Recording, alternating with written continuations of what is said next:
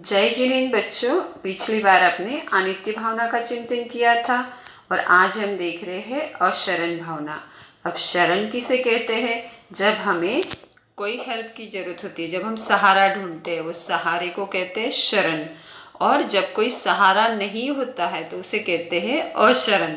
तो इसे समझते हैं कठपुतली के पिक्चर से। देखिए, आपने कठपुतली देखी है, सबने नाचते हुए भी देखी, आपको मज़ा आता है ना। पर पता है कठपुतली कैसे नाचती है? जैसे जैसे उसकी डोर खींचते जाते हैं वैसे वैसे वो नाचती जाती है। पर आपको पता है हमारे जीवन में भी हमें कोई नचा रहा है कठपुतली की तरह। वो कौन है? कर्म। क्या हमारे जो पुराने कर्म है वही हमें क्या कर रहे हैं? कठपुतली की तरह नचा रहे हैं। तो ऐसा जब कर्म का उदय होता है, आपने देखा है कोरोना काल में कैसी कैसी स्थितियाँ आई। जब कर्म का उदय होता है तो कोई भी सहारा, कोई भी शरण काम में नहीं आती है ना। यही अशरण। परंतु हर समय में एक शरण हमेशा हमारे काम आती है और वो है देव गुरु धर्म की शरण। कौन सी शरण? देव गुरु और धर्म की शरण। तो इसे हमेशा स्वीकार करना चाहिए। तो देखते एक कहानी के माध्यम से देखिए, एक मुनिराज, सुंदर से मुनिराज है, यौवन अवस्था में है और ध्यान साधना में लीन है। इनको देखा महाराजा श्रेणिक ने। जैसे ही महाराजा श्रेणिक ने इनको देखा तो उनके पास गए और एक प्रश्न पूछा कि मुनिराज, आप तो इतने सुंदर हो, यौवन अवस्था में हो, तो संसार के भोगों को छोड़कर आपने दीक्षा क्यों ले ली?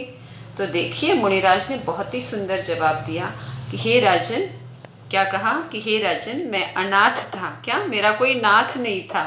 मैं अनाथ था, इसलिए मैंने क्या कर ली? दीक्षा ले ली। अब राजा सोचते हैं इनका कोई नाथ नहीं है, इनका कोई नहीं है, तो उन्होंने कहा मैं आपका नाथ बन जाता हूँ, मैं तो राजा हूँ, आप मेरे साथ महलों में चले। तो अनाथी मुनि कहते हैं, देखिए अनाथी मुनि ने ही अशरण भावना बाही थी। तो अनाथी मुनि अपनी सारी स्टोरी बताते हैं कि राजन, तू स्वयं ही अनाथ है तो मेरा नाथ कैसे बन सकता है? तो जो तेरे पास है वो सब कुछ तो मेरे पास था। तो राजन को अपनी स्टोरी बताते हुए अनाथी मुनि कहते हैं कि हे महाराज श्रेणिक, एक बार क्या हुआ, मेरे मस्तक में बहुत शूल हो गए। मस्तक शूल मतलब क्या? उनके सर में बहुत पीड़ा होने लगी। तो ऐसे समय में जो सारे सगे संबंधी थे, सारे मेरे चौर थे, सारे हेल्प करने के लिए आए, सारे सहारा देने के लिए आए, परंतु सारे उपाय कर दिए, परंतु मस्तक का शूल खत्म हुआ नहीं। तो ऐसे समय में मुनिराज ने क्या किया? तो देवी देवताओं के स्मरण किए, तो वो भी काम में ऐसे समय में नहीं आते, क्योंकि हमारे ही कर्म का क्या होता है, जब उदय होता है तो कोई भी सहारा काम में नहीं आता है। तो अनाथी मुनि कहते हैं, हे राजन, ऐसे समय में मैंने आत्मचिंतन किया। क्या किया? जब मैं आत्मधर्म में लीन हुआ और कहा कि जैसे ही मेरा ये शूल खत्म हो जाएगा तो मैं मुनि धर्म को स्वीकार करूंगा। और मुनिराज का शूल तो खत्म हो गया। किसकी शरण से? स्वयं की शरण से, देवगुरु धर्म की शरण से। जब मुनिराज का शूल खत्म हो गया तो उन्होंने क्या कर ली? दीक्षा अंगीकार कर ली। तो ऐसे थे अनाथी मुनि। अनाथी मुनि किसमें लीन हुए? अपने आत्म साधना में लीन होकर ही वो सबके नाथ बन गए। देखिए कैसे नाथ बने? स्वयं के नाथ बने और सबके नाथ बन गए। किसमें लीन होकर? अपनी आत्मशक्ति को पहचान कर, अपनी आत्म साधना में लीन होकर। तो ऐसे थे अनाथी मुनि। आपको तो पता ही है, चंदन बाला की स्टोरी देखिए। चंदन बाला पर इतनी बड़े घर की राजकुमारी, परंतु जब प्रसंग आया तो कोई भी मदद करने नहीं आया। एक ही शरण काम में आई, जो चंदन बाला को स्वयं के धर्म की शरण। जब उसने नवकार मंत्र गिना और आत्मधर्म में लीन हुई तो क्या हुआ? उसका उद्धार हो गया। तो ऐसे है अशरण भावना। तो अशरण भावना का चिंतन करने से हम भी क्या हो सकते हैं? तीर सकते हैं। अब जो हमने अभी अभी देखा है उसके ऊपर आपके लिए कुछ सवाल पूछते हैं। पहला सवाल है, हमें कठपुतली की तरह कौन नचाता है? हमें कठपुतली की तरह कौन नचाता है? सेकंड क्वेश्चन है, अशरण भावना किसने भाई थी?